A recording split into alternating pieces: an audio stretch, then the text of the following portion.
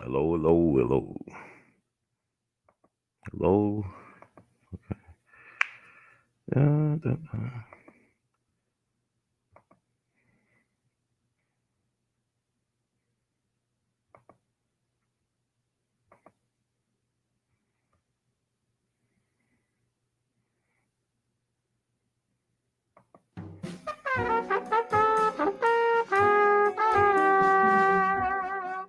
This is Brother Ron, and welcome to We All Be News Radio and TV, the news-free Dixie for the 21st century.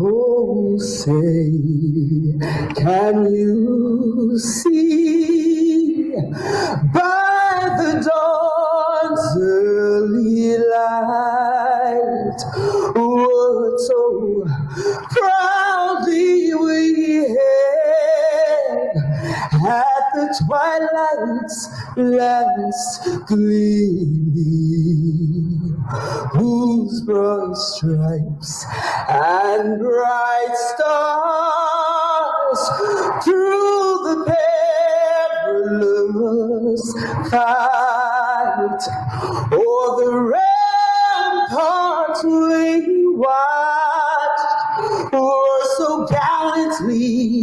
gallantly streaming, and the rockets rattling,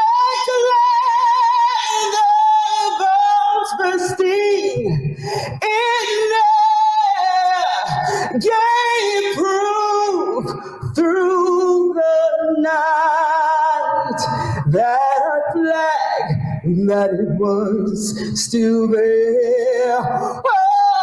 Oh, say, does that star-spangled banner yet wave o'er the land of the free and the home of the brave?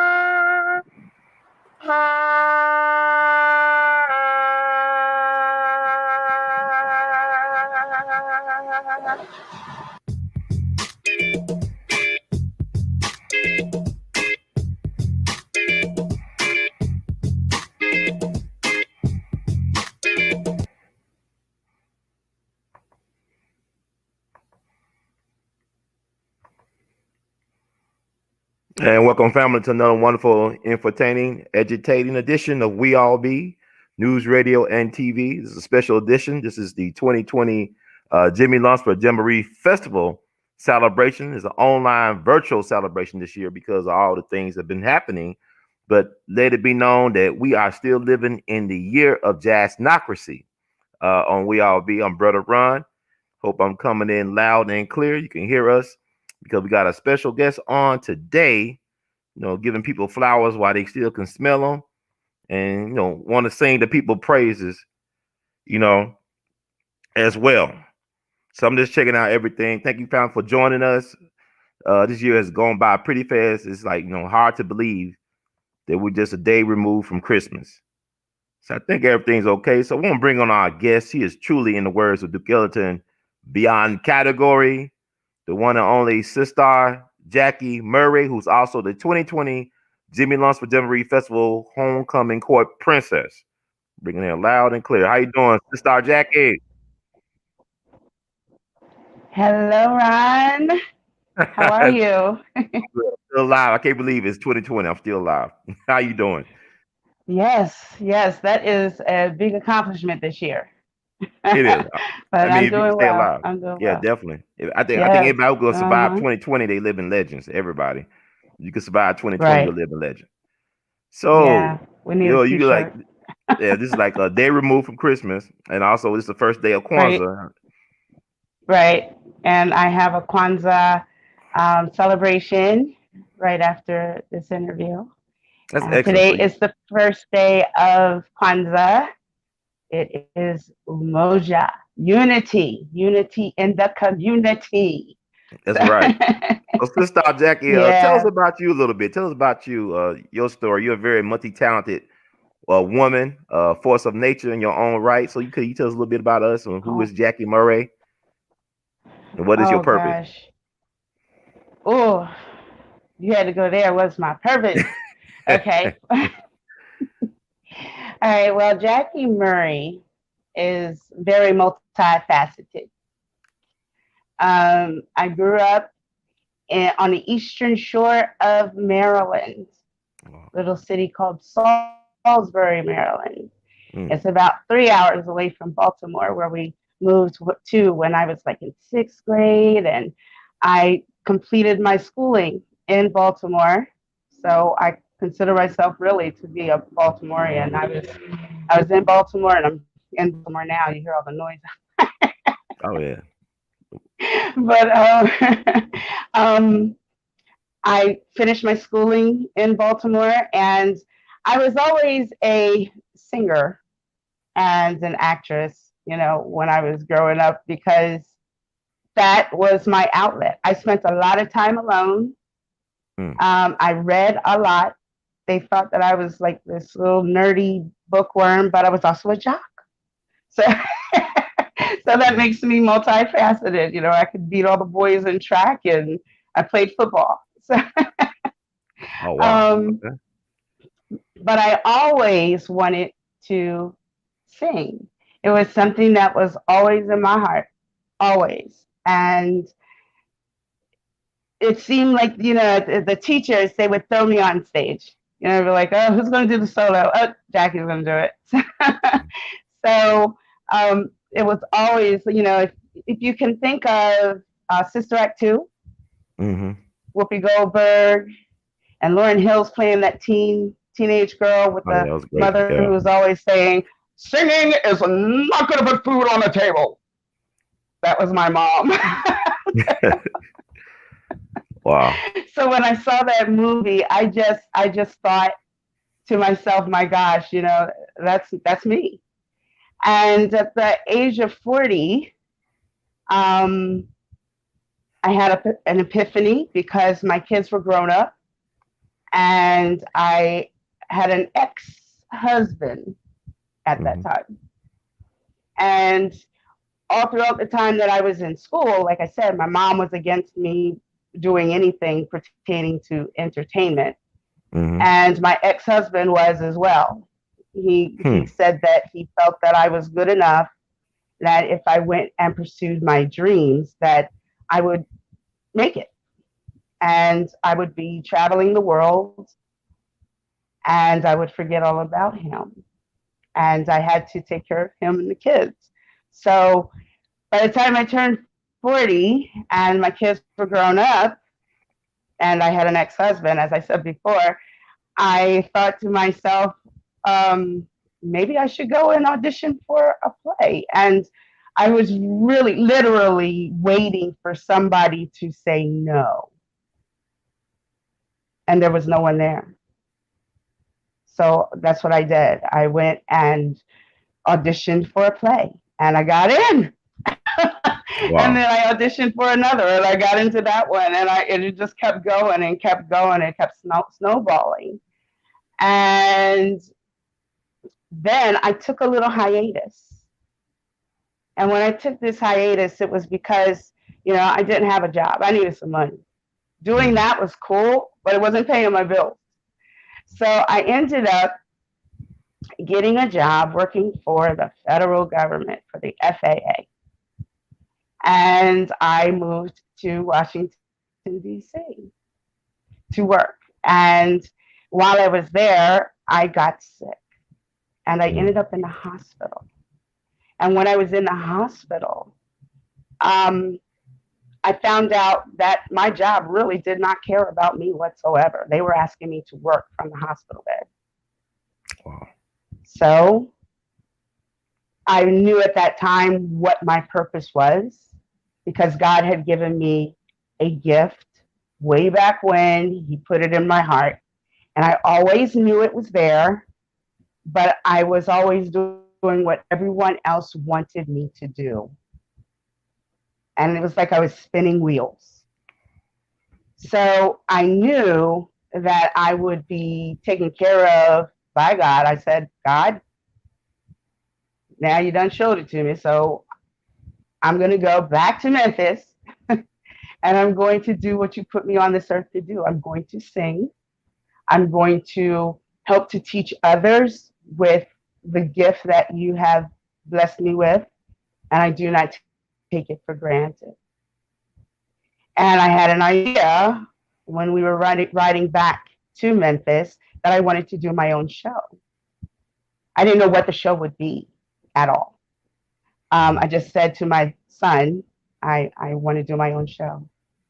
And ironically, about 30 days after I got back to Memphis, I was contacted by a theater who wanted me to write my own show. And they would take care of the marketing and the bookings. And I would get paid to do a character for African American History Month. So I did that. I wrote the play. I ended up writing about Harriet Tubman. And this thing has kind of blown up. It's like God is definitely guiding the footsteps there because I gave it to him. So that's my purpose, and that's who I am. I didn't know that you was actually from Maryland and actually from the Eastern Shore, where Harriet Tubman and Frederick Douglass from, if I'm not mistaken. Yep. So that makes a lot of sense. I thought you was from Arkansas all the time.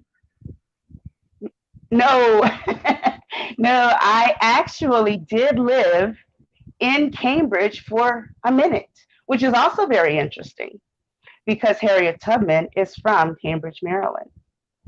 And I sat at the river where she would have crossed. And I imagined it. And I couldn't figure out how they were getting across there because you know about the Mississippi being there in Memphis. You have the Mississippi River and it's pretty wide.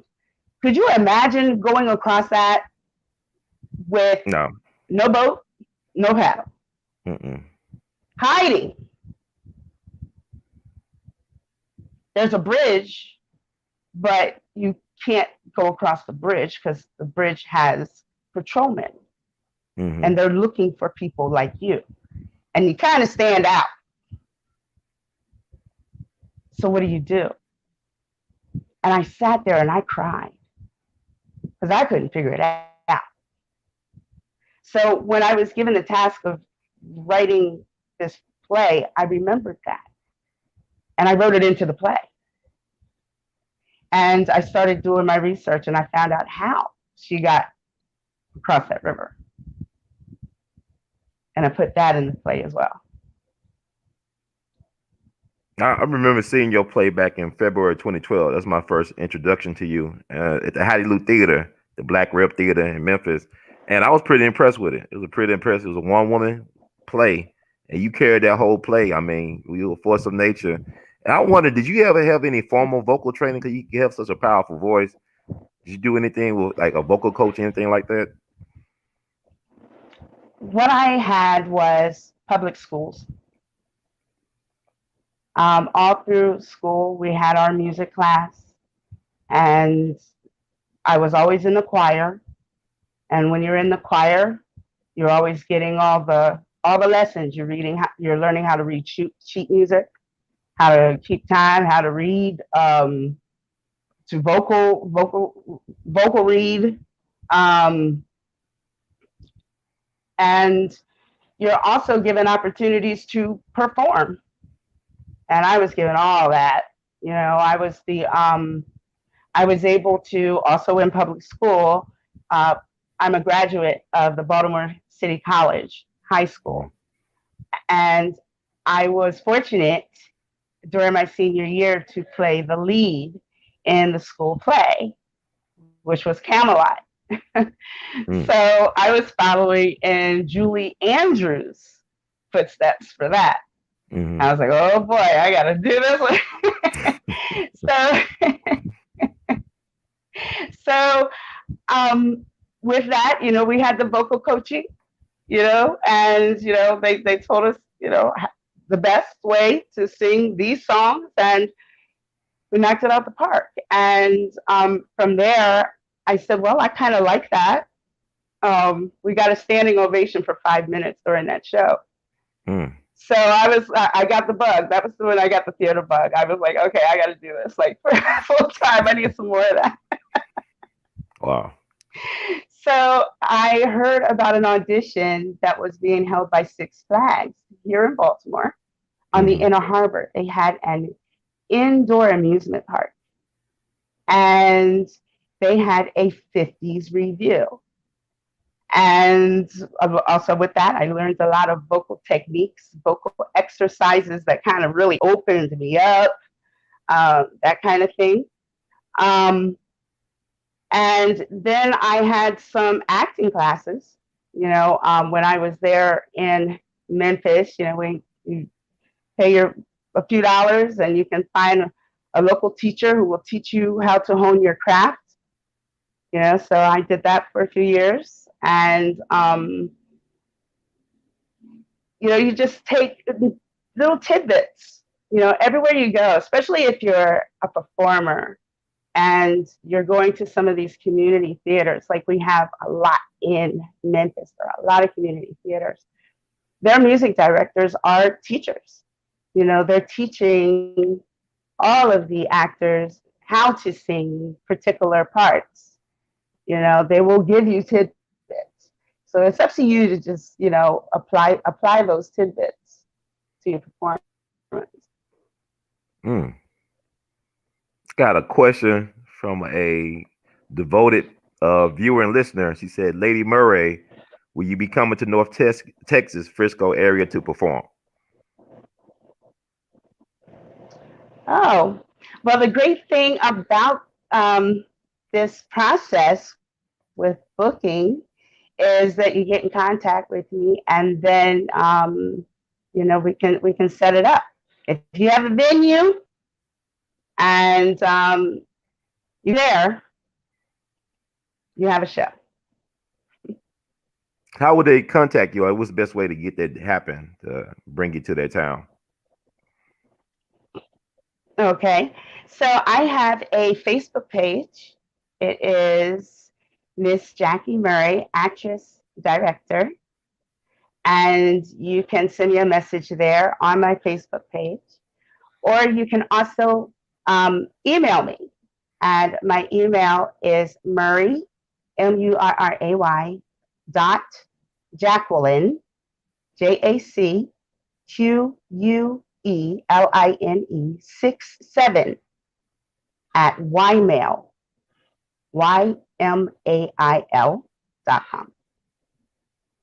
Excellent. So we make sure people get that as well. And also, I mean, So how has doors been open for you doing your God work, your purpose work with the Harriet play and other things? How has this opened doors for you professionally and personally, if you don't mind sharing?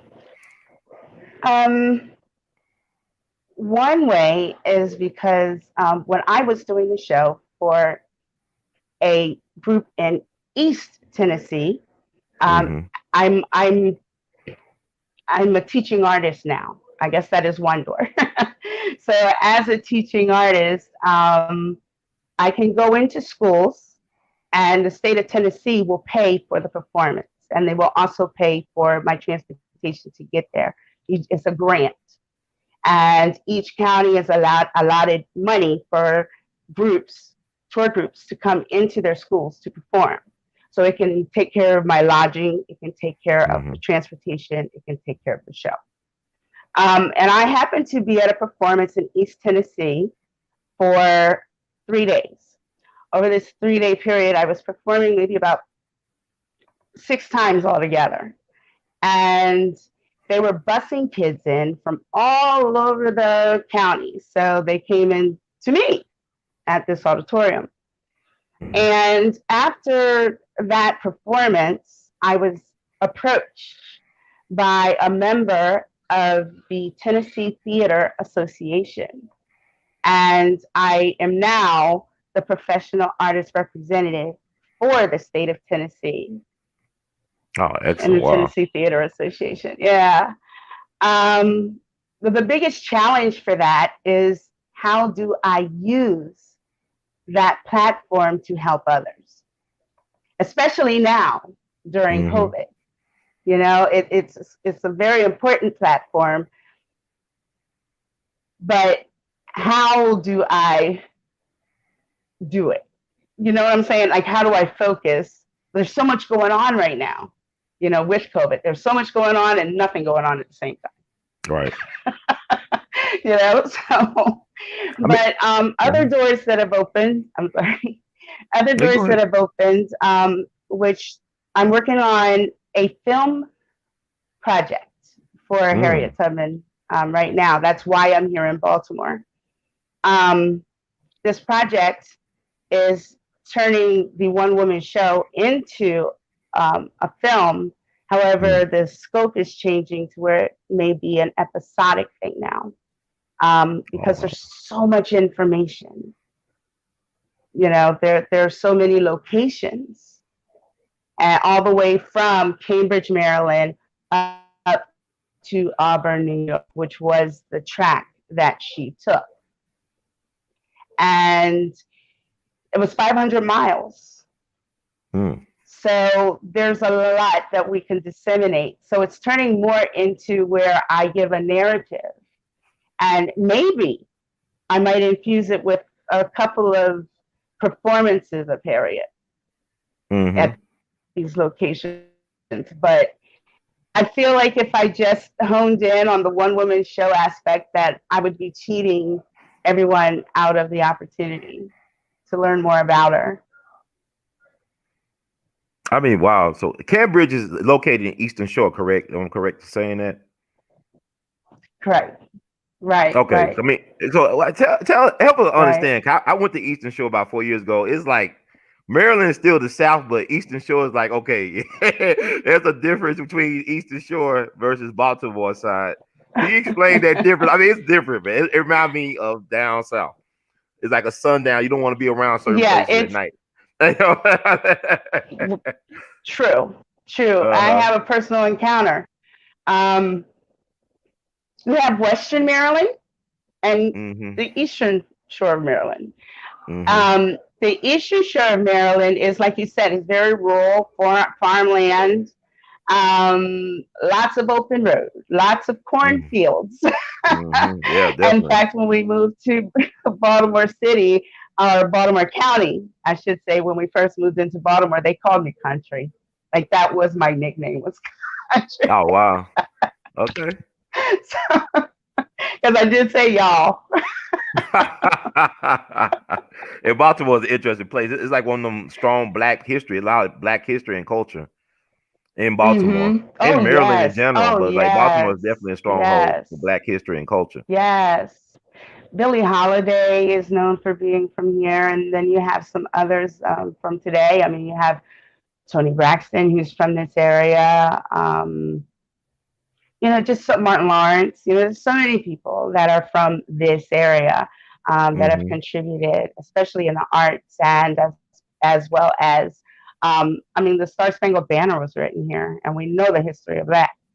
Mm-hmm. You know, No, so you this definitely. was one Yeah. of those. This was one of those port towns. It's a huge port.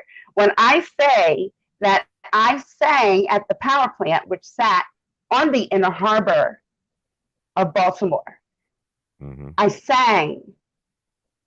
But this is the same port in Baltimore where they brought in the slaves. Mm. There's a lot of history here in the slave trade. Yeah, So, and Francis Scott Key, who wrote the Star Spangled Banner, was a slave owner, correct? correct, And they left out a correct. little stanza or whatever about killing the Yep, slave. It's yep. Calvin Kaepernick thing exposed that, which is interesting. And Mhm, mhm. I don't want to get too off topic on that, but I want to show your. I mean, like you did a lot for us in terms of helping the We All Be Group Incorporated commemorate a lot of significant events like the Fort Pillow Massacre. You do such a great job of giving of your talents and your time and helping us promote these things. So I just want to thank you for that. And I didn't know you had this type of background. I'll be honest, I know you were a very talented woman, but I didn't know your extensive background. So you was the right person to select to honor, most definitely, because you do a lot for people and for the culture. But I just want to share people like you got such an amazing voice. I want to share something you did for us last year with the Fort Pillow reflame ceremony last year in April. And just get showcase your Oh, voice. I mean, you was actually well, you in know what? I character. wasn't really feeling that day. I really wasn't. No, you feel good to me. I mean, your But worst day is better than most people's best days. well, that's what they say. But I had something else I wanted to do for you. Okay. Oh, you want to do If you something don't mind. live or yeah, go Yeah. ahead. Okay. If you promise that this will replace that, Hello, Sister Jackie, are you there? I'm here. I'm here. Maybe she'll come back in. Can you see me? Can you hear me? Hello? I think we lost her. Maybe she can come back in. It says I'm in. Let's see. Mm. Such is life. Wait. Hey, Sister Jackie, you there? I am here. Can you see me? Can you hear Yeah. me? Yeah, yeah. Go ahead. Go ahead. Do Oh, what you gotta do. You said go do it. You gonna do some okay. live performance for us? Oh well, we lost her, but she'll be back in here. But let me share uh her Facebook page right quick. And thank y'all for tuning in. And thank y'all for posting in the chat her contact information. But that's Sister Jackie's Facebook page. Let's see. Found on Facebook, Miss Jackie Murray, actress and director. All the information easy to find on Facebook, right?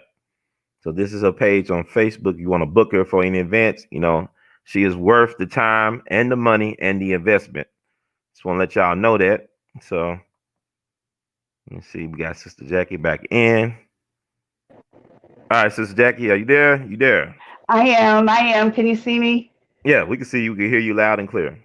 Okay, good, good. All right. So I wanted to sing this song because I think that it is very, very pertinent right now. Mm-hmm. And I hope that it helps to inspire everyone to know that a change is going to come. Okay.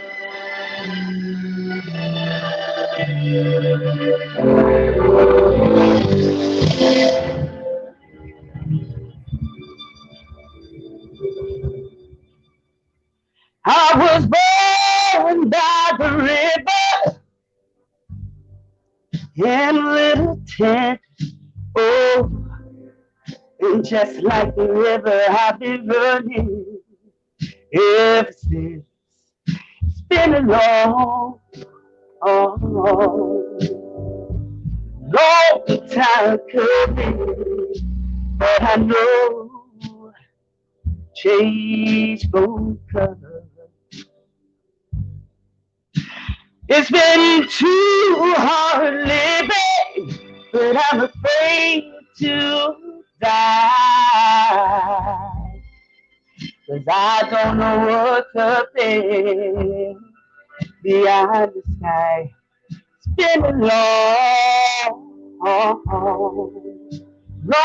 time coming, but I know change gonna come.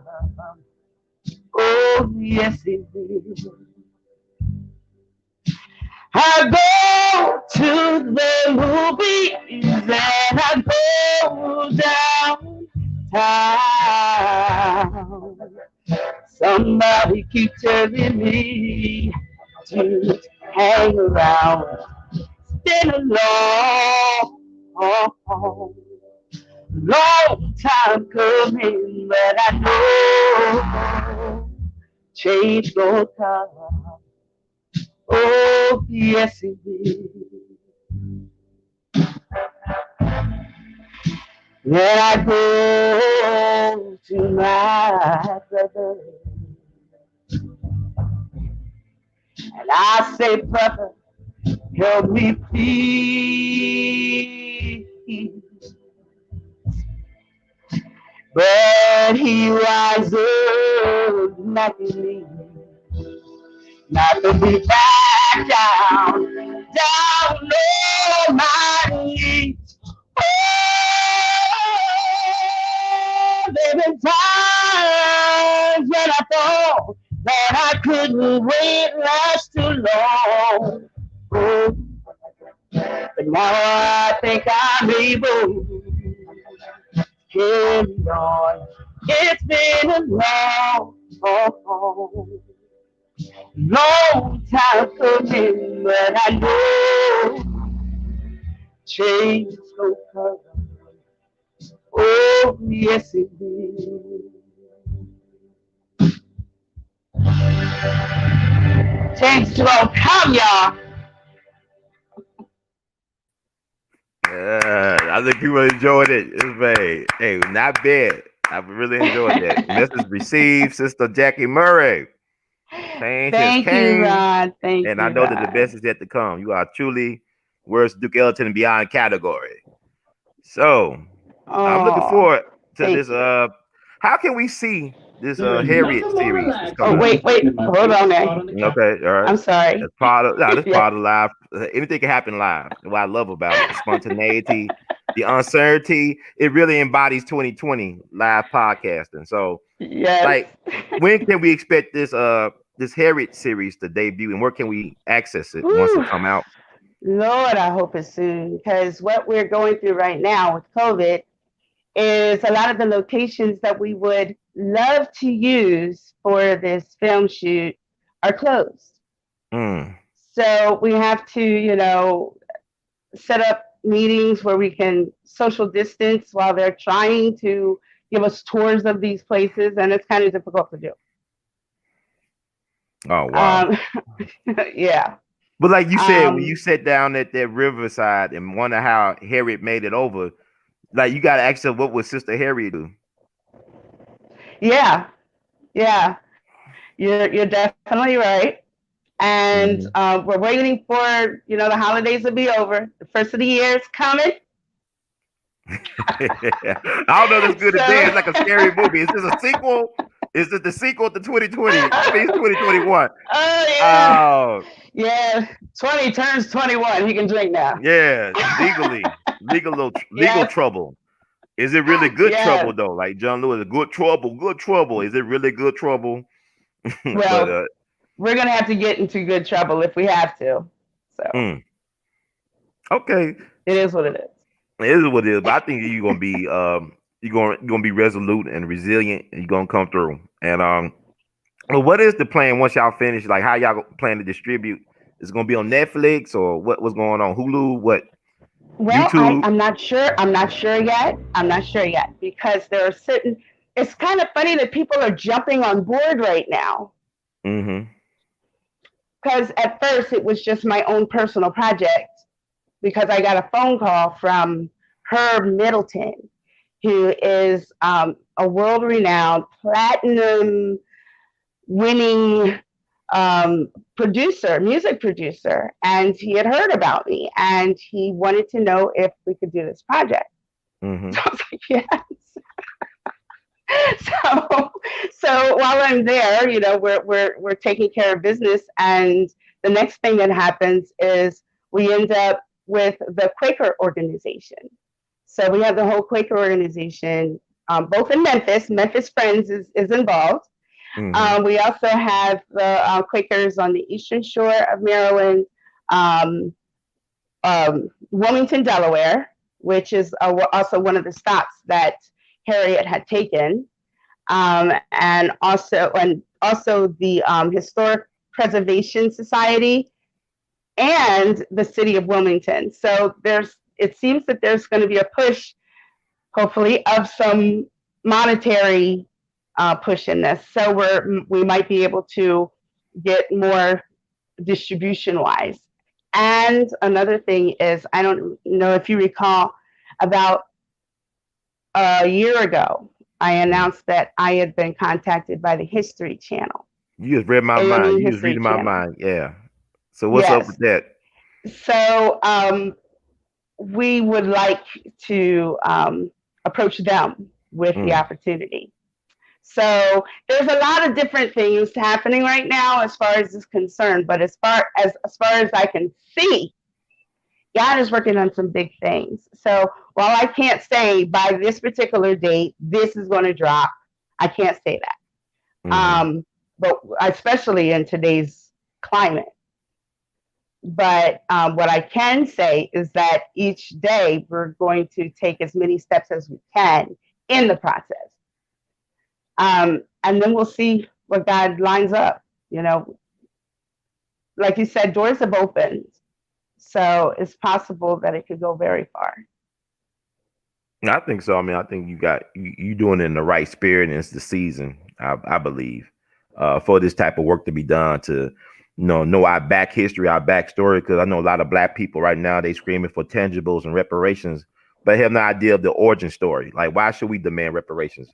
What is that we need to know about people like Harriet Tubman, why we should deserve being her descendants of those people, why we need compensation for our struggle right now. So I think that you are helping to provide that link to our origins and stuff like that, and what we need to be focusing on right now in the present to have a better and enjoyable future for all. Yeah. Well, speaking of reparations, there was something that I had found out that I did not know, which kind of makes it, I think the pit of my stomach had dropped. There's a bloop. I was like, my God. They've already paid reparations, right? Tell us about it. Explain to us. The slave owners, they lost their property. So the United States of America paid them their reparations. Wow. They're not going to pay it twice. That's so my say that again. So for some of us who's slow to get things, to understand. Say that again. Slow. Okay. Not stupid. I just said slow. Slow. Okay. Stupid. The United States government paid the slave owners because they lost their property when they released the slaves. So they've already received or paid the bill on reparations. Wow, that's something. Wow, that's gonna be a conversation starter for sure. Yeah, but you just told a story or something that people need to consider when they ask for that. And also, I mean, you think about talking about people being lynched or hanged or whatever, mutilated, Black people, extrajudicial killings. When you had immigrants like the Chinese or the Italians would come over here back in the day, when they were lynched or killed like that, the government of the United States had to pay their country reparations. So who is there to answer for Black people? Like, we were 3/5 in the Constitution. We was property. We was never considered like we weren't people. So what entity or organization or country could speak for so-called Black Americans when it comes to things of this nature? That's when your good friend Judge Joe Brown comes into play, because we had a conversation one time. This conversation was about that very thing. We were talking about reparations. I had an idea, but then I found out the other news that I just told you. So I was like, oh man. Mm-hmm. But anyway, how do we define Black now? Mm-hmm. As far as the descendants of slaves, who does the government say should get reparations? You know, so that's the conversation. How do you define it now? Is it the 1/10 blood, or one? You know what I'm saying, or 1% Mm-hmm. of blood? You know what I'm saying? Is it that, or what? And how far back in lineage do we go? How about the people that are coming here? How do we prove that they were not actually still part of the slave trade, and because our blood runs so far and wide? This is something that Judge Joe Brown brought up, and I said, Judge, I have no idea how you would define it. None. And if they're saying that everyone is a descendant from Africa, do we pay everyone? I think you got to go another way with it. I think that it was quite frankly like, look, I remember several years ago that the descendants of the freemen sued the Cherokee Nation in Oklahoma for reparations, for rights in the nation, not just a tribe. They consider themselves a nation, right? And they won that lawsuit, and nobody really talks about that. I mean, it's other things, but these were the people, because Cherokee Nation was one of the 5 civilized tribes that owned Black people. You know, the Cherokees fought for the Confederacy side of the Civil War. You had a guy named what's that guy name? Albert Pike. This big Paul Bunyan Santa Claus dude from Boston was a Confederate general, and he was the founder of the Ku Klux Klan. He was 33rd degree Scottish Rite Freemason. They got a Masonic hall named for him in Little Rock. He used to run the Democratic Party in Memphis and Shelby County back in the 1860s. He was here back in the 1860s. You got Nathan Bedford Forrest, who was here, you know, slave trader, alderman of the city. The Klan was founded by the Democrats. So these were Democratic people. Now, they don't claim Albert Pike anymore. The Democrats don't, for whatever reason. But he had a statue in D.C. proper, right, that just took down. You know, he was only Confederate general with a statue in Washington, D.C. So this guy was very powerful. But you got to go, let's forget the Africa side. Not saying that we didn't come from Africa. Let's focus on the indigenous side, on the Native American side of the game. So that's, to me, that's a blueprint for getting our reparations, because we can't allow them to define our nation. We got to define that for ourselves. See, with Black people, we're just political pawns. Because, like, even the word Black means something that, you know, where is the land of the origins of the Black people? What's Black land? Right. What's Blackamore? I mean, we can't create that. You can't create stuff like that. But we got to get on this mindset of self-determination and controlling the narrative. It's like we got to take the information you present by Harriet Tubman and make that a part of our narrative. We allow other people to define our existence, to tell our story. To tell our story. Therein lies the problem, because they never will be fair. It's like, you remember when Braveheart came out? You remember when Braveheart came out? Yeah. Every white person was related to William Wallace. That's a lie. Every white person, I'm related to Braveheart. See, white folks make up stuff and they go with it. We want to prove the truth to the devil. They were about to cast Julie. What's that young lady's name? Little white girl. They were going to cast her as Harriet Tubman. Julia Roberts. They were serious about that. Yes. They were serious about that. Yes. Maybe Meryl Streep. I think Meryl Streep could pull it off. But Julia Roberts, I don't think so. Come on now. But you remember what Robert Downey Jr. did Tropic Thunder, right? Where he played the dude in blackface. Robert Downey Jr. in Tropic Thunder. He was actually good. I mean, you got to think about it. He grew up around the brothers and stuff. I guess he knew some black guys, but he pulled it off to me. I had no problem. I wasn't offended by what Robert Downey Jr. did in Tropic Thunder. I have an issue when you have so many talented African American people that can play Harriet Tubman. Yeah, I'm going to ask you about that. Julie Roberts?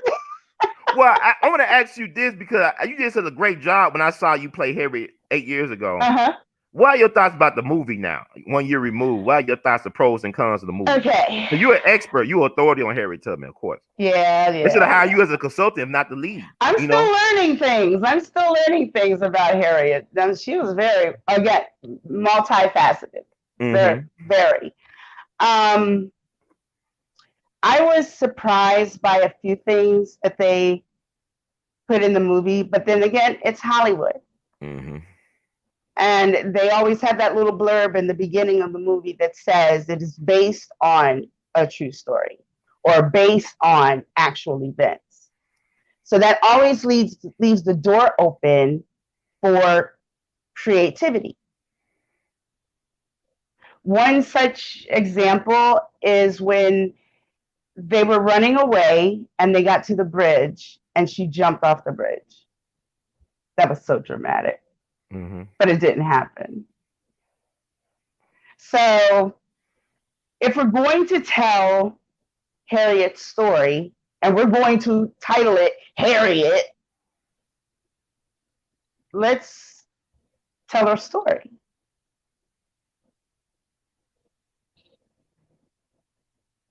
Oh, okay. I was like, yeah, I was disappointed because what's her name? Casey Lemons. That's the lady name who directed it. Mm-hmm.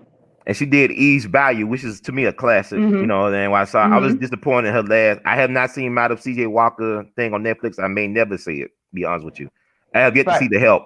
But I'm saying like that's the butcher that story because Black history is better than science fiction on any superhero movie that Hollywood can make. If you told the truth about Black people, you told the truth about Harriet. Even I mean, like they made it look like she Black men were her enemy in the film. Right. Yeah, the Black slave catcher, which was not accurate at all. But the Black men were weak and they were evil. They were either weak or evil or in the way. Yeah, they used him. They used a big black burly man. Boogeyman. Yeah, yes. Big boogeyman. Yeah, scaring people in the theater. People in the theater getting scared of this man. But what do you think about that scene where he basically beat Janelle Monáe's character to death? I mean, what? I mean, because Harry didn't kill no white people. She didn't kill no white people in the movie. They weren't even real characters. Yeah, but people think it's real because it's based on a true story, right? Nope, and they were not. They were made up characters, both of them. And they had their whole scene. They had a whole scene. But how many people going to research the town? Like you dedicated a lifetime worth of research. I mean, you grew up in the Eastern Shore and stuff. You grew up in Maryland. You took on the role of Harriet, been playing this role and studied her for several years now. You're basically authority on Harriet Tubman. How many people take the time to do that type of research to know the real Harriet? Versus looking at a 2-hour movie, a propaganda piece. Well, they can have a choice. Either they can do the 2 hours in a movie theater, or they can come and see me at a theater venue and I can do the show. You know? Now I'm a teaching artist, which means that somebody has verified that what I'm saying is correct. And I've also had teachers who have vouched for me in order to get that credentialing. You know, I take all the information. Like I've seen some things recently that contradicted some of the information that I had. Now I have to go back and double check the information that I had, make sure that I'm telling the correct information. I had to second guess myself, you know, because our sources can change. And this was somebody who was on the Eastern Shore. This is somebody who was there close to her home. It was a historian there in the Eastern Shore of Maryland. So now I'm like, okay. So now I have to get in contact with this guy and find out what he knows. And then I saw 5 minutes later, I saw another statistic related to what I had seen with him, and it was another number. So you never know. So you have to keep double checking and triple checking. You know, it's like the information seems to just fall in my lap. I mean, it's like when I found out that we were going to get a tour through the Historical Society of Delaware. I drove to Delaware and we went down into the jail cells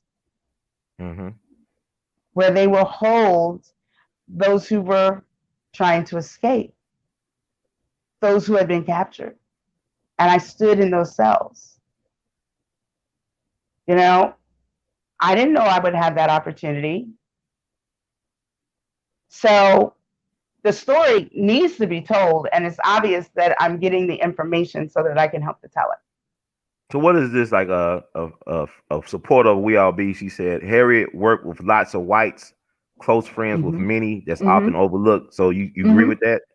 Yep. The Quaker organization Mm-hmm. was very, very instrumental. In fact, the CEO of the Underground Railroad was a Quaker man, a white man. So they're the ones who organized it. They're the ones who set up this whole network of people to help abolish slavery. And she was friends with a lot of them.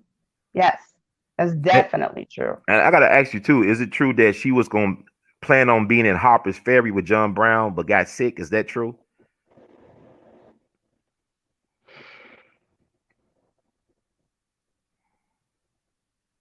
I know she worked with and collaborated with John Brown. Mm-hmm. I'm not so sure of the she got sick story. No, I don't know about that. Okay, so I know Because yeah. Harriet was in the trenches. You know what I mean? Mm-hmm. She was in the trenches during the Civil War. So, and she was a nurse. Now I'm just going off what I know. I'm not, I can't answer that question. Was she sick on that day? I can't answer that question. But I'm just going by what I know, like her personality and what the circumstances were. Well, it's like this. Yeah, this is like before Civil War is 1859. Of course, October 16th, 1859. I know we on. Frederick Douglass said he couldn't do it. He said, "Man, you crazy? I could speak for the Negro. I could live. I can't die for the slave." Well, Frederick Douglass said, "I can't do it." He said it several times, but I did hear there was regret of Harriet. Like she's like she was fearless, or her fear didn't get the best of her. She was very courageous. But I mean, I just wish they would. Said she could only die once. Yeah, there you go. I mean, and she was no coward. That's what that means. Right. Because a coward dies 1,000 deaths. But my thing is this: if they're just told the truth about Harriet, even if you just made into a limited series, like on a Hulu or a Netflix or Amazon, whatever. Right. And look, I mean, because she was fascinating because she loved black men. Obviously, she was married twice, and the second dude was younger than her, and she outlived him. So it's how Harriet got her groove back. But I mean, Harriet was an interesting person, but also was she functionally illiterate? She never learned how to read and write. Is that she correct? never learned how to read and write? Okay, so that's fascinating to know. But her purpose was to help others to get to the place where they could read and write. That's excellent. So I know you got another place to be, but I just want to make sure we gave you honor. Because we're gonna do something for y'all in April. I just hope it's gonna be a different April than from this last year or this year. Hopefully, I'm speaking in the past tense already about this year, but. Sister Jackie, how can they reach you once more? And thank you for your time. You are truly an amazing, exceptional woman and human being. Thank you. Thank you for inviting me on. It's an honor to have you on. And I want to thank everybody for watching and supporting. So, yeah, he's putting it up here now. Okay, so you can reach me on Facebook at Miss Jackie Murray, actress/director. You can email me at murray.jacqueline67@ymail.com. Okay, so everything correct. Northern Bell, thank you so much. She has been a long time supporter of the movement. We love you madly. I know I owe you a phone call. I owe you a phone call, some other things. But we'll get it's been a crazy year for me. But thank you, Sister Jackie, so much. In the words of the great Duke Ellington, we love you madly. The 2020 Jimmy Lunsford Jamboree Festival Homecoming Court Princess, but she is true royalty in so many ways and meaning of the word. Sister Jackie, we love you madly. You keep producing and pushing. Thank you. God bless. Blessings. And that was Sister Jackie. And I want to commend her for being really a warrior. She's so resilient. And she's a resilient person. One of the toughest people that I know, and a beautiful spirit. So I want to play something she did for us. Like I said, she was been a big supporter commemorating the righteous ancestors of the Fort Pillow massacre. Been doing this since 2016. She's been there for most of the journey, and I want to play a song she did in honor of our Juneteenth special this year, because we couldn't do it the way we normally do it on April.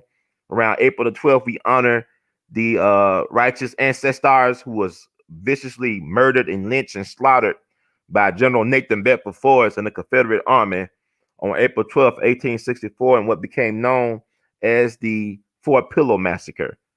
So I want to play a song she did in honor of our program this year, dedicated to those people. And we'll move on to our next honoree after that, the one and only Dr. Alvin McKinney, the Prime Minister of Joyful Jazz. And this is We All Be News Free Dixie for the 21st century. And thank you, SiStar Northern Bell, SiStar Duckworth, all you good people for tuning in. And she mentioned Judge Joe Brown. We got Judge Joe Brown coming up in a few hours. So y'all stay tuned. We're going to have Judge Joe Brown, Dr. Randy Short, and some other people talking about current events and Kwanzaa and all this other stuff. And it's going to be interesting. I'm just laughing about it because y'all need to check out Dr. Randy Short YouTube channel. Man has some great guests on. He had on Dave Chappelle's sister yesterday. No, she didn't say she was Dave Chappelle's sister, but she's Dave Chappelle's sister. I actually met her at Dick Gregory's homegoing wake at Howard University. I can't believe that'd been 3 years ago. Over 3 years ago. I met Dave Chappelle, Mama, his sister, and his wife was there. And Dave Chappelle, good people, man. I first met Dave Chappelle in 2002 at the Peabody Hotel in Memphis.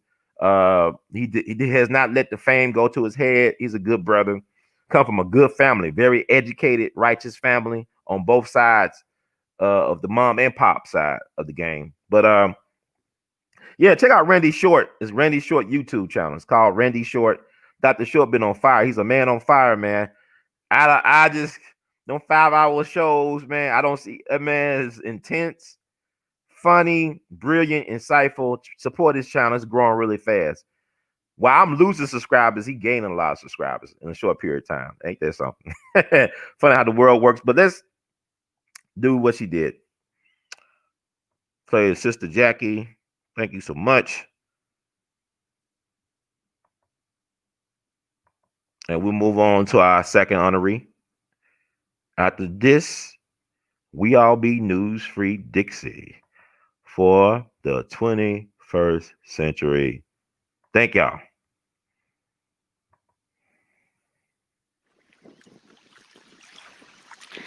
Let there be peace on earth, and let it begin with me. Let there be peace on earth, the peace that was meant to be.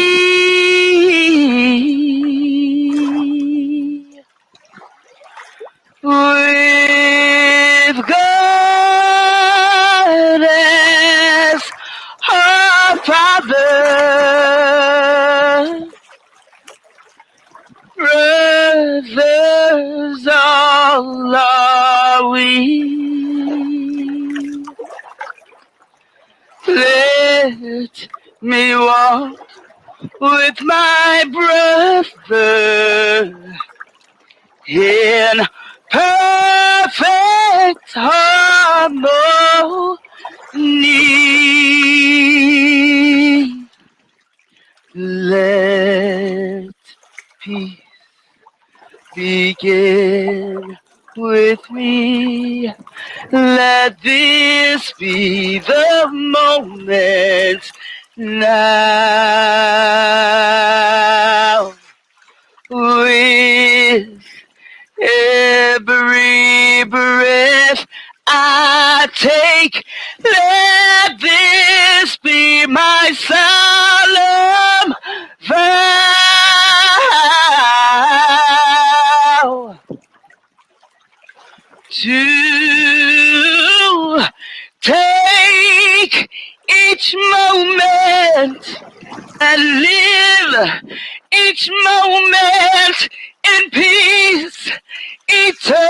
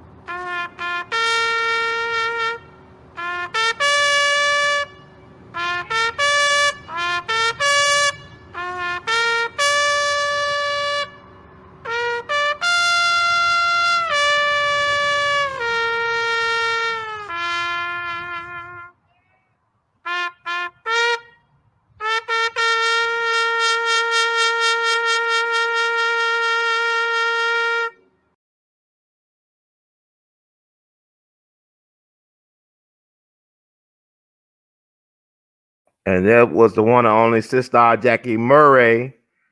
Very talented SiStar. It's a blessing to know people like that. They really care about the community. You want to see people like that win. And typing in the chat, somebody asked me about the blue trumpet, Aboya Paletti. You go to Amazon, it's a blue plastic trumpet. They got all type of variety. Amazon is the new Walmart. I can't believe you told me Amazon was going to be what Amazon is today back in 2005. I would not have believed you. You know, I barely going on to get books, let alone anything else off of Amazon back in 2005, right? But I'm gonna type it in the chat. You can probably find it on Amazon. That's why I got my blue plastic trumpet about 4 years ago. Yes, thank you, Sister Norton Bell. You contact Sister Miss Jackie Murray. That's information. And also, I'm gonna share the screen where she's at on Facebook, so you gotta become more familiar with it. Before I share it, so much stuff going on. Thank y'all for rocking with the Artivist today. We had that early show about the late great Johnny Ace. That was an interesting show. And it's like I got a lot of good feedback on that show as well. But that's on Facebook, Miss Jackie Murray, actress and director. That's our Facebook page.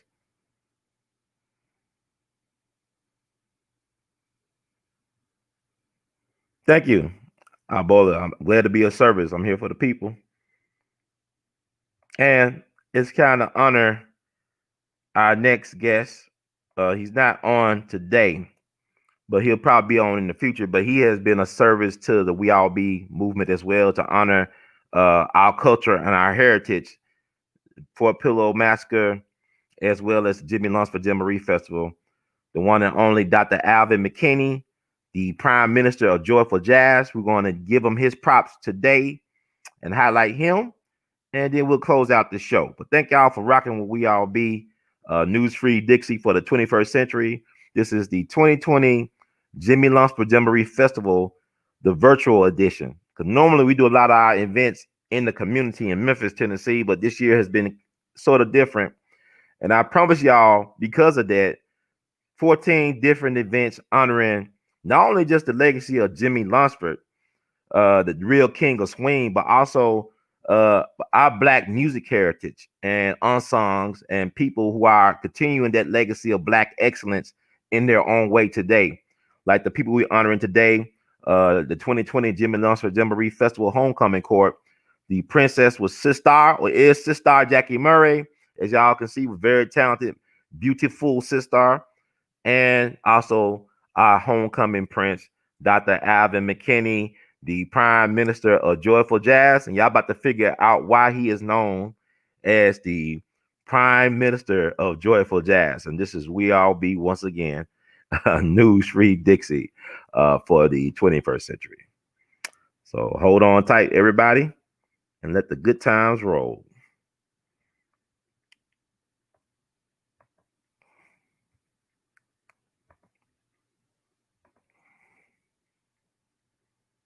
The concentration of saxophone performance is performed or recorded with such industry giants as B.B. King, Lou Rawls, Kirk Whalum, and many more. He is also known around the world as the Prime Minister of Joyful Jazz. Ladies and gentlemen, Dr. Alvin McKinney's grateful rendition, with the colors being presented by the Memphis Air Force ROTC Color Guard.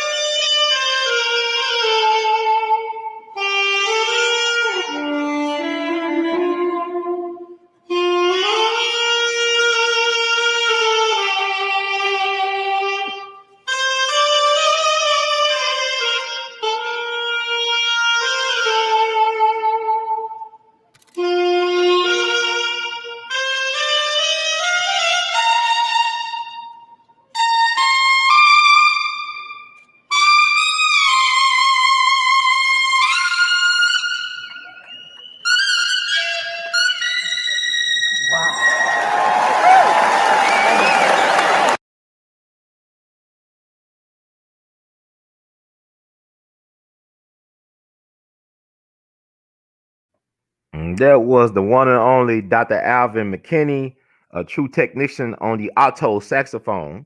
And we're going to honor him right now on We All Be.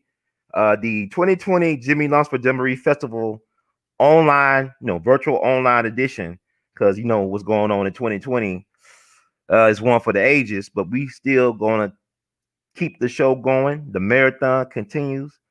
The hope is still alive. We're keeping hope alive on We All Be TVs. But let's give a little background into this unique, extraordinary gentleman with the soulful sound, the prime minister of joyful jazz. He definitely earned that moniker.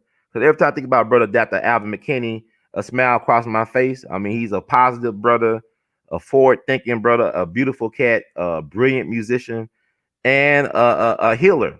He heals through his vibrations on his saxophone. He's truly in the healing ministry with that joyful music, and we could use a lot of joy right now in times like these.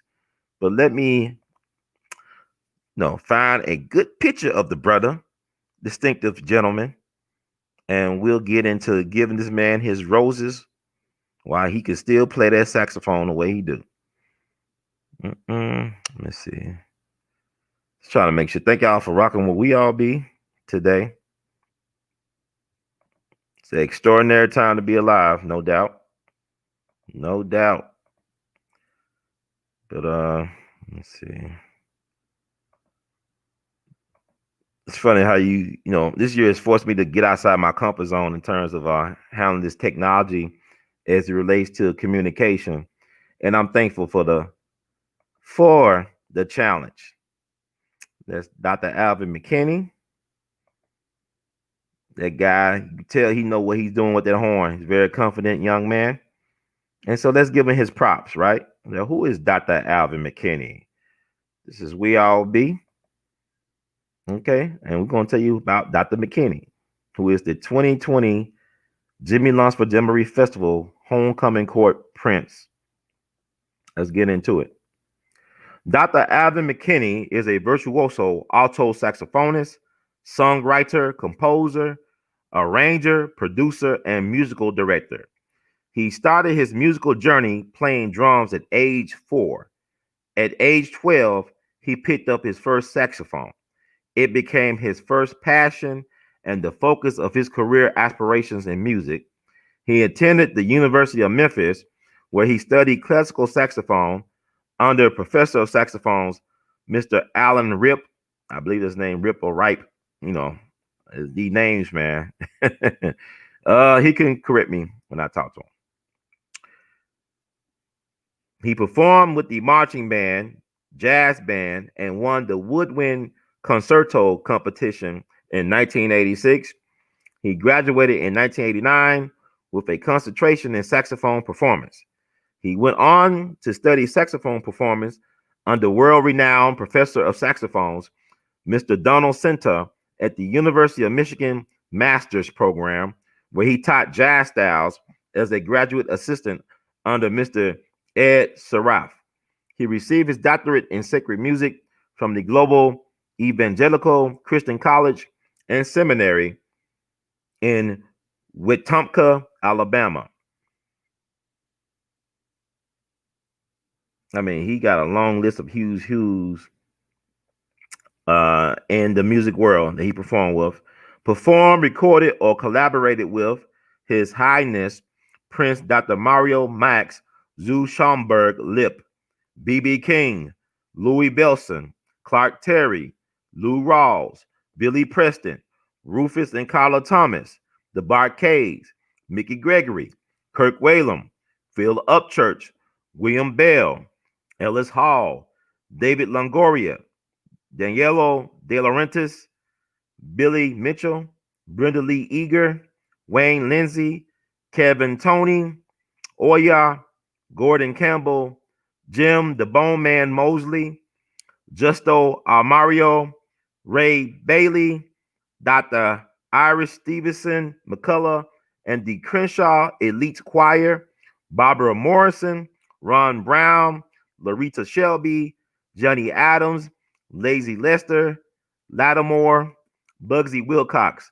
Howard and Darius McCrary, the McCrary family, Sharita Wright, Wayne Lindsay, Dr. Bobby Rodriguez, Ruby Wilson, Joyce Cobb, Larita Shelby, Stafford Floyd, Tommy Answer, J.P. Miles, Gary Esco, and the Atomic Dance Machine Band, Rick Joswick and Jaws Swing Band, Eminence Band, Curl and Paul McKinney, Black American Political Association of California, BAPAC, okay, Western Riverside Council of Governments, Memphis Black Arts Alliance, okay, so on and so on. Dr. McKinney taught band and orchestra for 14 years.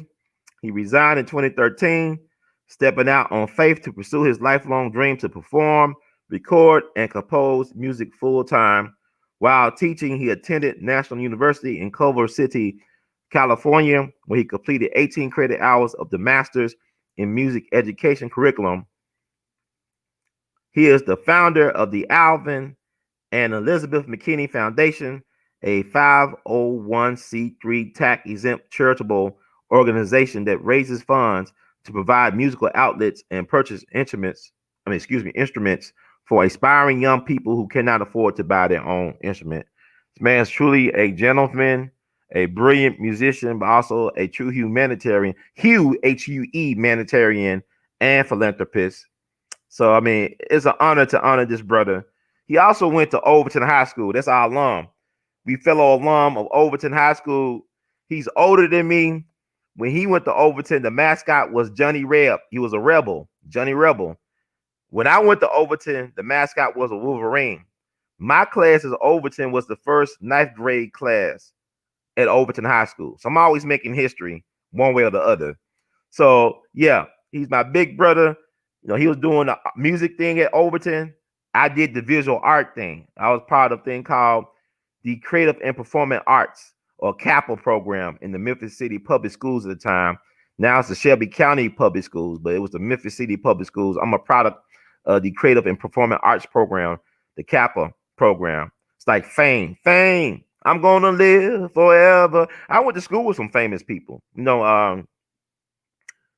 I went to school with Brandy Evans. We've been going to school together. We went to school starting Colonial Junior High. So I've been waiting for about 27 years to see Brandy naked, and I finally saw her naked on as Mercedes on P Valley. That's my classmate. I've been knowing her for 27 years. Also, I went to school with Kay Michelle. She was an underclassman. I got the yearbook to prove it. Kay Michelle is older than what people think she is. I'm joking. Well, I'm 40, so she's in her 30s. But I went to school with Kay Michelle as well. And there's a lot of famous folks that came out of Overton over the years, like Wendy Moulton, a great singer, truly unsung and underrated singer, came out of Overton High School. Wendy Moulton, she was before my time.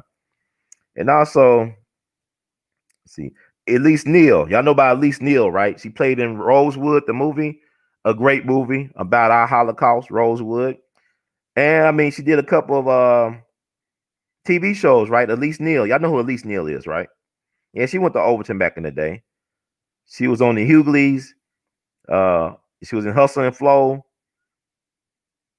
And she was in UPN CW sitcom All of Us. And she's a 3-time NAACP Image Award nominee. She's got a long, distinguished career. Okay. She did. I didn't know she was in Logan, that Wolverine movie. She was in that too, according to her biography. Then Mission to Mars. So she did her thing. So yeah, Memphis, very talented place. So it was always a blessing to honor not only a fellow Memphian, but a fellow alum of Overton High School. Yeah, she was in Hustle and Flow. Yep. Yeah, the All of Us show, that Fresh Prince, that Will Smith produced that show. It starred his friend Dwayne Martin. Well, I guess his real good friend Dwayne Martin was the lead in that show, and Elise Neal played in the show. I think also Lisa Ray was in that show too. She was the ex baby mama type of thing, like a little triangle, kind of like Will Smith situation, I guess, with Jada Pinkett Smith. You know, red table talk behind the scenes. You know what I'm saying? But anyhow.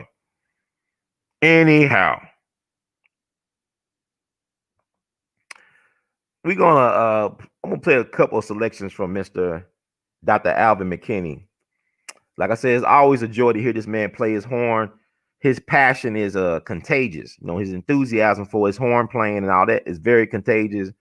He's a very exceptional musician, and he comes from a very musically inclined family. Like his brother Paul McKinney, played multiple instruments, you know, trumpet, guitar, bass guitar. Um, I believe right now he's teaching at Stax Music Academy. And his father and mother, they're very accomplished musicians as well, from my understanding. He comes from a very musically inclined family. There's a lot of great Memphis families like that. We talked about the Littles, right? Booker Little and Vera Little. Booker Little was the jazz star who died tragically young at 23, October 5th, 1961. One of the great jazz trumpeters of any era. Was a brilliant jazz trumpeter and had a beautiful spirit, according to the people that I talked to about Booker Little, including one of his best friends, Charles Lloyd, a jazz great in his own right. And then you have the Whalums, Kirk Whalum and his nephews doing their thing. You know, and Kirk Whalen's grandfather, H.D. Whalum, was a dear friend of Jimmy Lunsford. He actually sung at Jimmy Lunsford's funeral in Memphis and died in a tragic car accident after the funeral. So Memphis got a lot of distinctive families of music. First family in music. You know, y'all got, you know, you look at New Orleans, they talk about the Marcellus family, but we got like several different versions of the Marcellus family in Memphis. Think about the Newborn family. You got Phineas Newborn, arguably the greatest jazz pianist to ever touch 88 keys. You can make he's up there with Oscar Peterson, Art Tatum. Name any jazz pianist. Phineas Newborn got to be in your top 3, top 5 if you're a real jazz fan, right? His brother Calvin Newborn, great guitarist we lost last December. I believe he died in December 2019. Had a chance to talk with him. But Elvis stole a lot of his moves and stuff from Calvin Newborn. He used to watch Calvin Newborn play all the time. You know, Elvis used to hang around Beale Street all the time. His favorite minister was a black man named Dr. William Herbert Brewster, who was a longtime preacher at East Trigg Avenue Church over there off of South Parkway in South Memphis. He used to go there on the Sundays with his friend George Klein, who just passed away recently. Longtime radio personality here in Memphis, TV personality George Klein. Him and Elvis used to go to East Trigg Avenue Church to listen to Dr. Brewster and his choir perform. And Dr. William Brewster wrote the song Move On Up a Little Higher, which became an 8 million seller with Mahalia Jackson, the queen of gospel music. And Mahalia Jackson, her jegna, was a black woman, Lucy Campbell, who's considered the mother of gospel music from Duck Hill, Mississippi, who was a longtime teacher at Booker T. Washington High School, who also discovered Dr. King's favorite singer, J. Robert Bradley. You know, even though Mahalia Jackson was a big supporter of Dr. King's favorite singer was a black dude from South Memphis named J. Robert Bradley, who passed away either in 2007 or 2008 in Nashville. Dr. King used to love that man's voice. Dr. King had a strong connection to Memphis. It goes beyond the sanitation workers. You understand what I'm saying? So, and people forget that the last place he spoke was at Mason Temple, which is not far from where I'm speaking right now. Basically, it's literally down the street from me on Crump Boulevard. Right down the street from me, really. And you know, Mason Temple, Church of God in Christ, Bishop Mason, he founded, Charles Mason is from Memphis. He founded Church of God in Christ in Memphis back in the day. He lived to be almost 100 years old. So Memphis is a very powerful place. Like, you know, Aretha Franklin's father got his career started in Memphis. C.L. Franklin, the $1 Million Voice. He had a great voice in his own right. You know, he could sing too. He could sing. You know, both Aretha's parents were from Mississippi, right? But Memphis was looked at as like the New Jerusalem. If you want to be a preacher, you got to make it in Memphis, because you could make it in Memphis as a preacher. You could make it anywhere in the country. When Catch found out that you came from Memphis, man, you could have a big church up Detroit like C.L. Franklin had, New York, L.A. The world was open to you if you could make it as a preacher in Memphis. See, a lot of Memphians don't understand that history. And that's why, you know, if people got this, Memphis is a very powerful place, man. It's a very mythological place, you know. Like, you know, when I think about it, anytime somebody come through this town, they always have a good time with Brother Ron, because Brother Ron showed them around. And it's places outside Memphis in the Mississippi Delta that's amazing. A lot of history here, a lot of secrets here too. So Speaking of Memphis connections, I'm gonna play this tribute. Like Dr. Alvin McKinney worked on me on a project to honor Charlie Parker, and his brother, who was a big fan of Charlie Parker. I forgot his name. What is that? What is that good brother name? He's an ancestor now. He was a big fan of John Brown and of Charlie Parker. See if I can find it.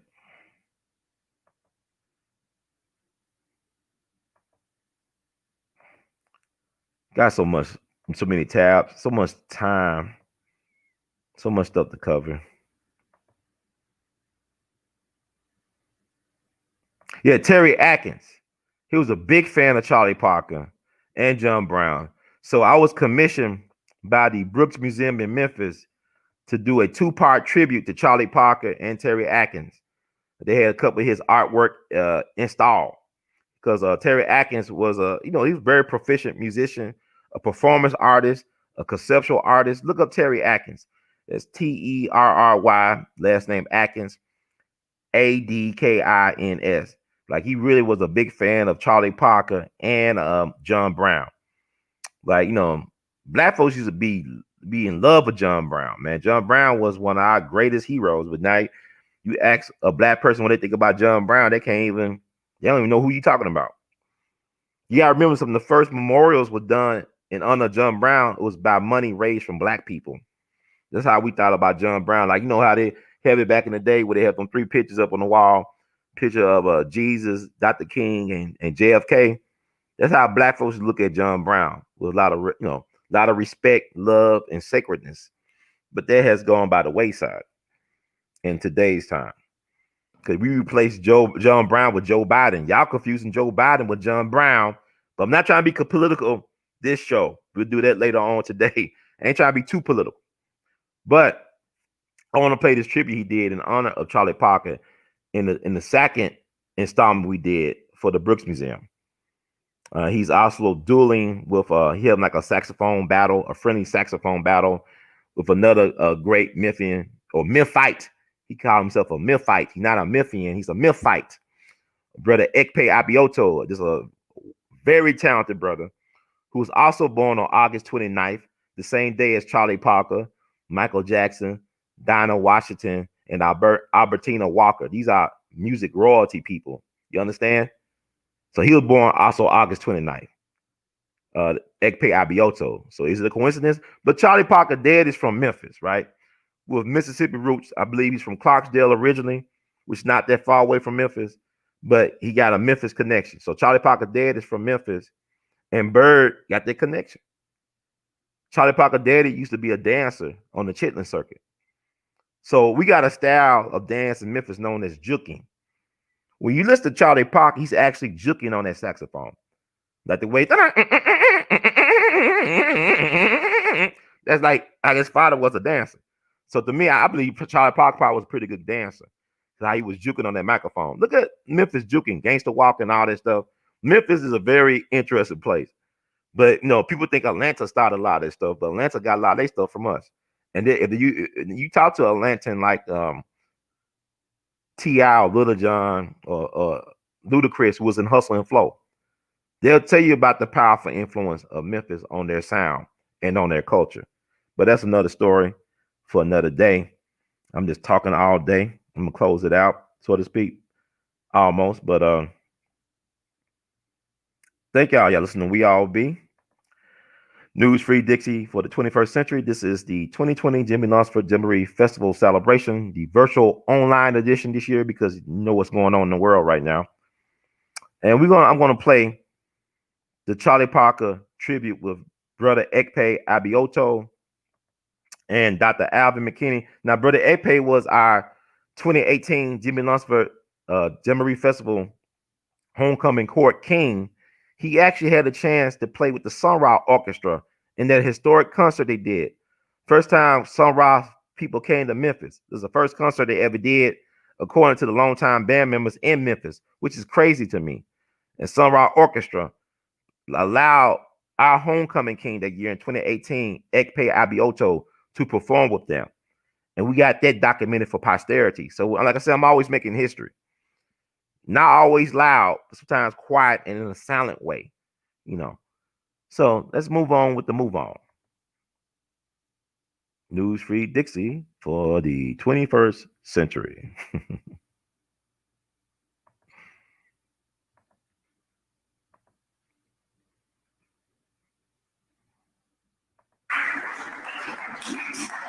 Want to be here today to pay tribute to Charlie Youngberg Parker, but also recognize Terry Atkins as well.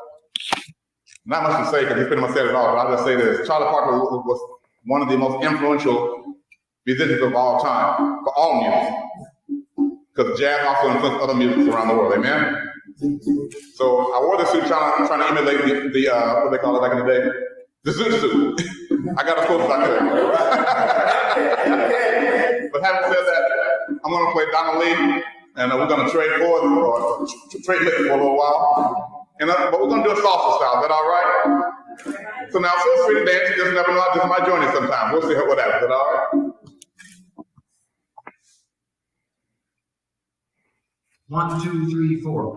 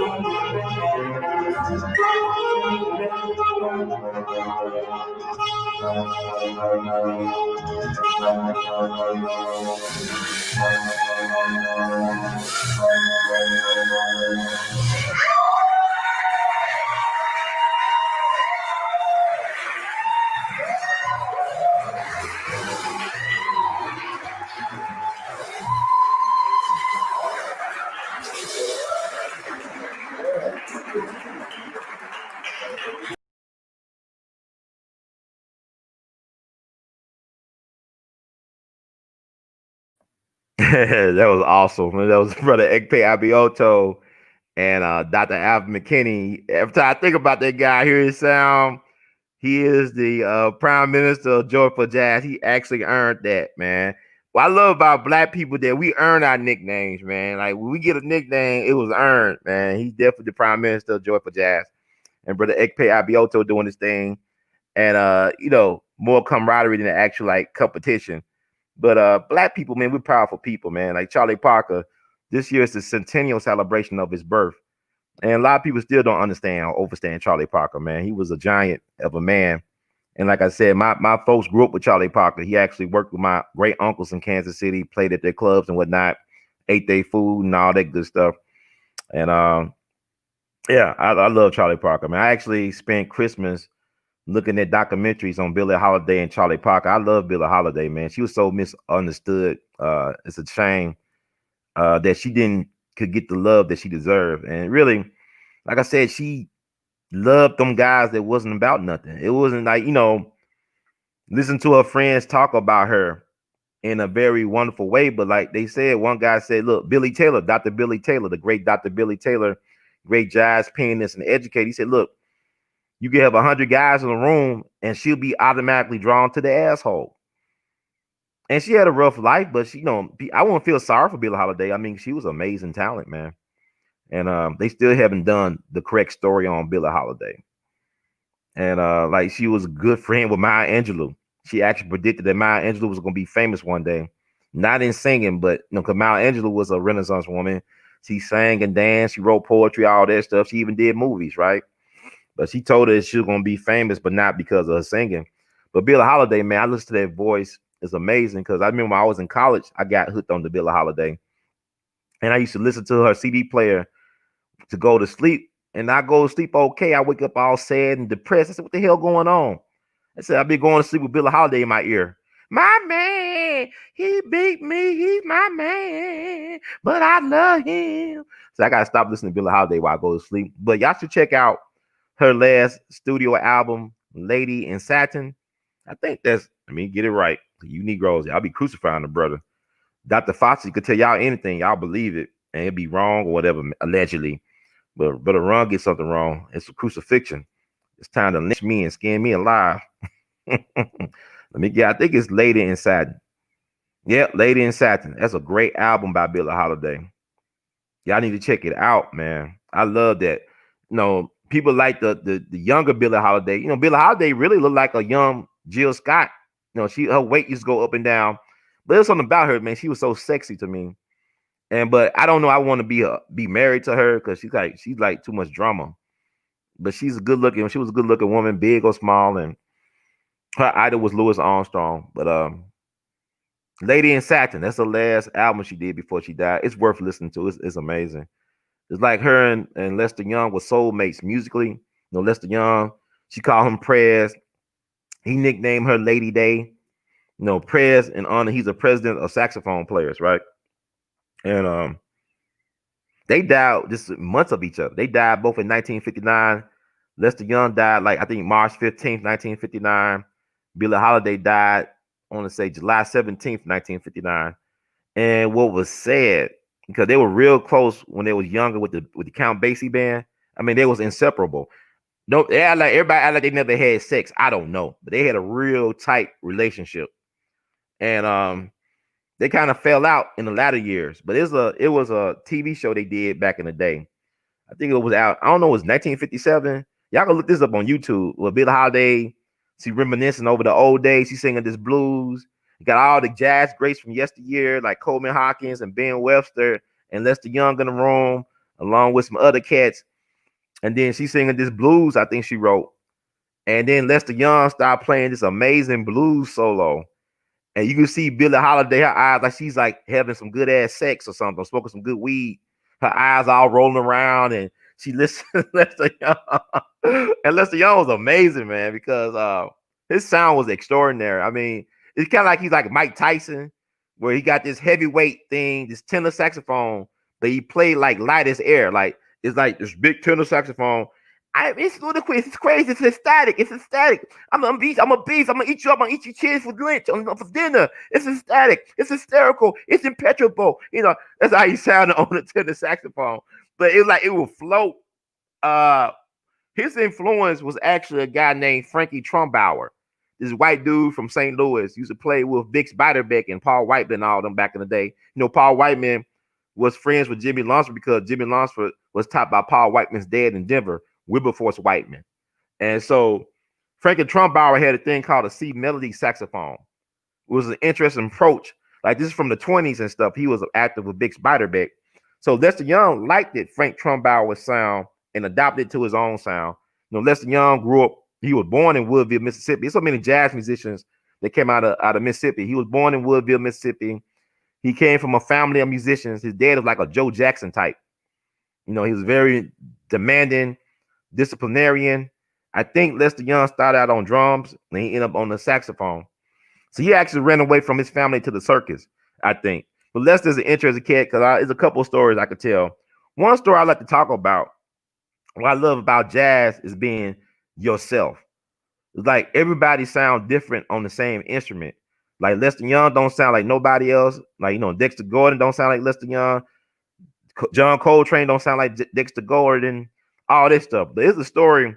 The great Fletcher Henderson. Fletcher Henderson is the father of the large jazz orchestra. He actually wrote the arrangement for the so-called King of Swing, Benny Goodman.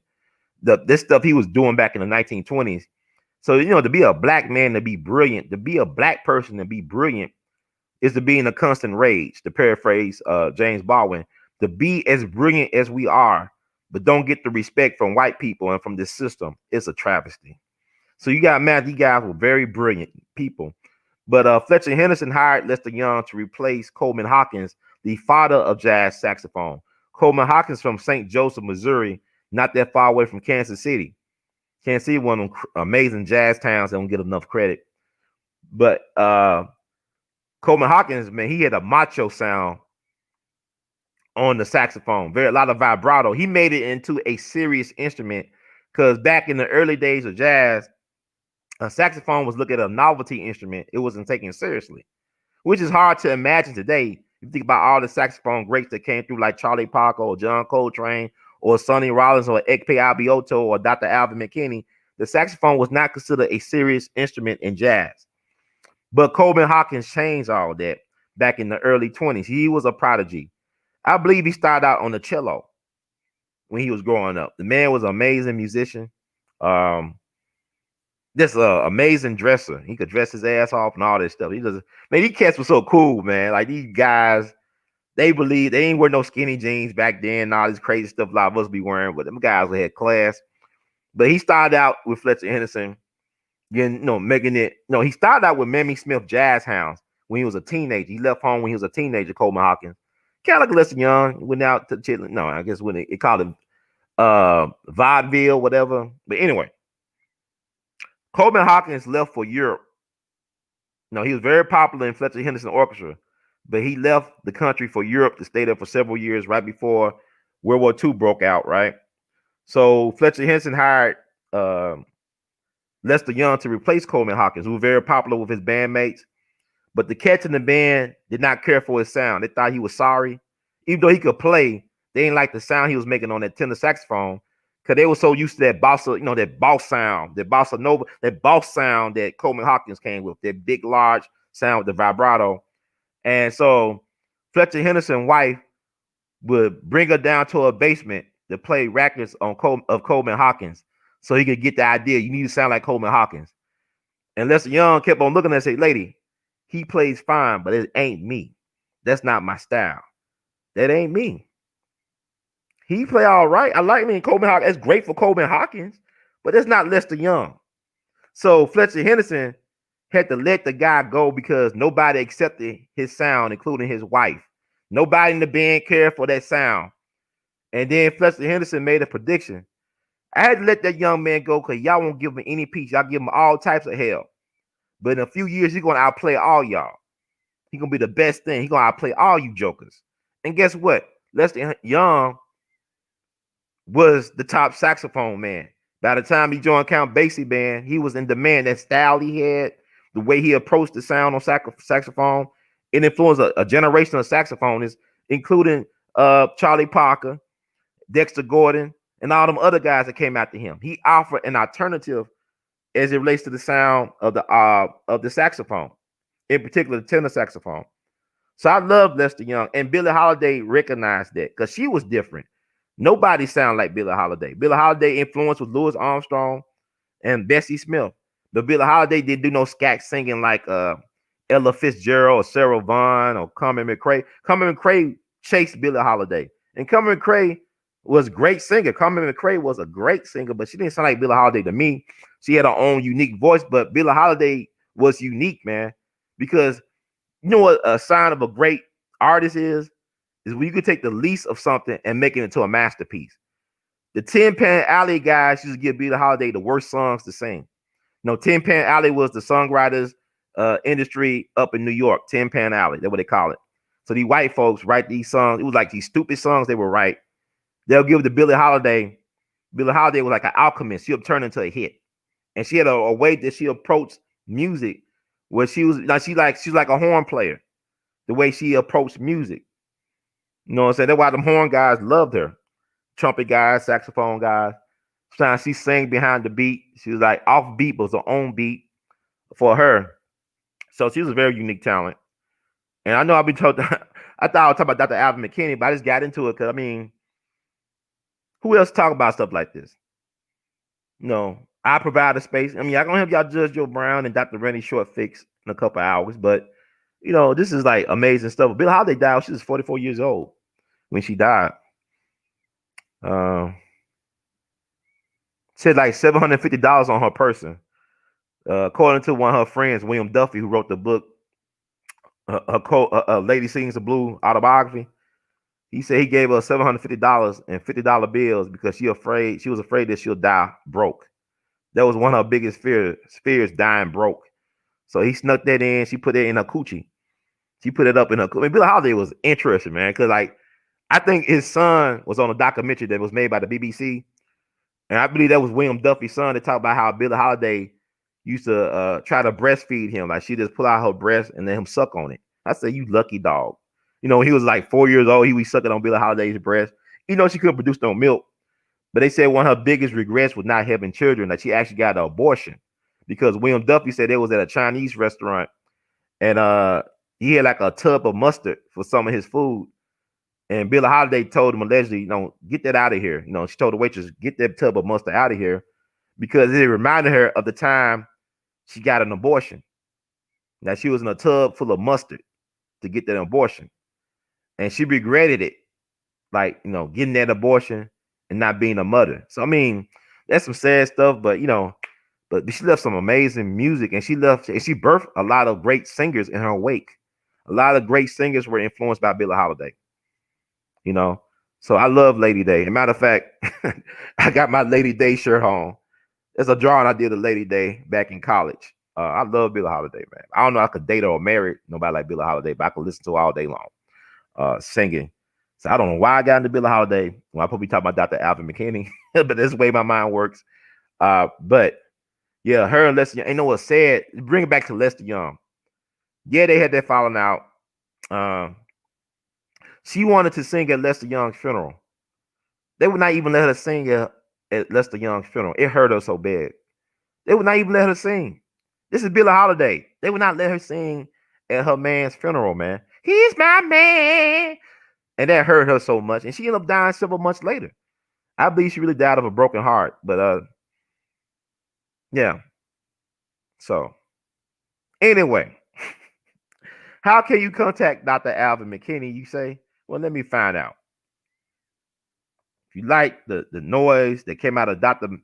McKinney's horn, the Prime Minister of Soulful Jazz, let me provide his website. And thank y'all for being patient with me. I know I talk a lot. I talk a whole lot of mess. Let me get you that. Put that on the screen, his website.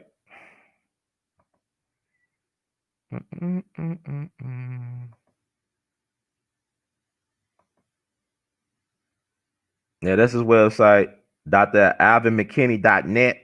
You know, you want to book him for a show, he got all his contact information. Check him out, man. He's a good brother. Like I said, I plan on having a great event to honor the honorees this year in April of 2020. April 2020. April is known as National Jazz Appreciation Month. So we're gonna have, and also that's my birthday, April 23rd. I was born on April 23rd. Charles Mingus was born April 22nd. Duke Ellington was born April 29th. I think Ella Fitzgerald was born April 20th or something like that. A lot of jazz greats were born in April. Billie Holiday was born April 7th. A lot of jazz greats were born in April. A lot of brilliant musicians. Just so happen to be Tauruses. You know, y'all were talking about Geminis and Virgos, but Tauruses, we got some great musicians. But anyway, especially in the month of April. April in Memphis. Or maybe, if I'm lucky, April in Paris. April in Paris. But anyway, that's alvinmckinney.net. Alvin McKinney.net. Oh, Dr. Alvin McKinney.net. Excuse me. It's DR. Let me put it in the chats.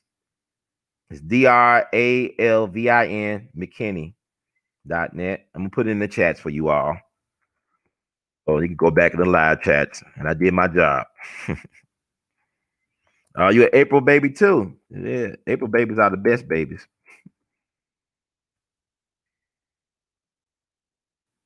Mm-hmm. Yeah, you an April baby. All right. Go ahead, April baby.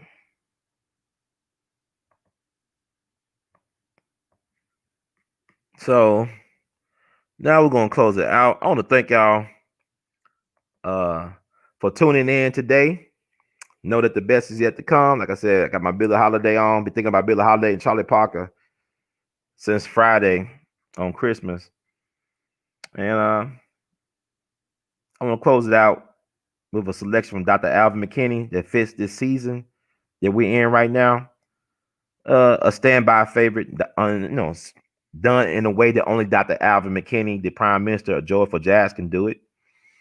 If you like the words from Brother Herb, please subscribe. We All Be TV, YouTube. Please share the word with others to amplify the message. And you love to wear art, you can buy some Artivist gear. See the Billie Holiday shirt. Go below the description on YouTube on this video. There's our shelf to our official Teespring page, R2C2H2 place, excuse me, R2C2H2's place. You'll buy Artivist art to hang up, R2C2H2.com. And yeah. So I think I'll come back after the video to close it out. But yeah. Anyway, this is Dr. Alvin McKinney with a true holiday favorite.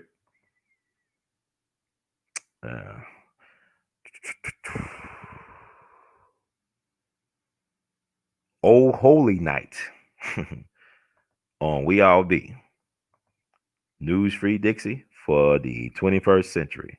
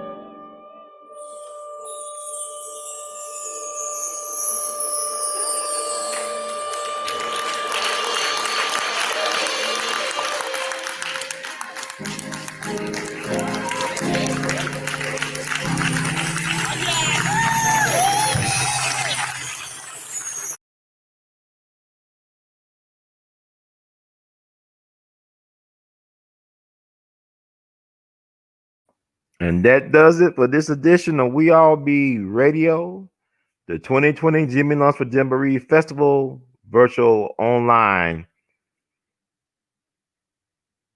thing. And knowing the words of Great Duke Ellington, we love you madly. Y'all keep on producing and pushing. Support the movement. Cash App, $, right here. What is dollar? Did that right here. R2C2H2. That's $R2C2H2. Google Pay, PayPal, R2C2H2 at gmail.com. Vimo at R2C2H2. Now Zelle, R2C2H2 at gmail.com or 901-4355. Take care and stay truly beyond category.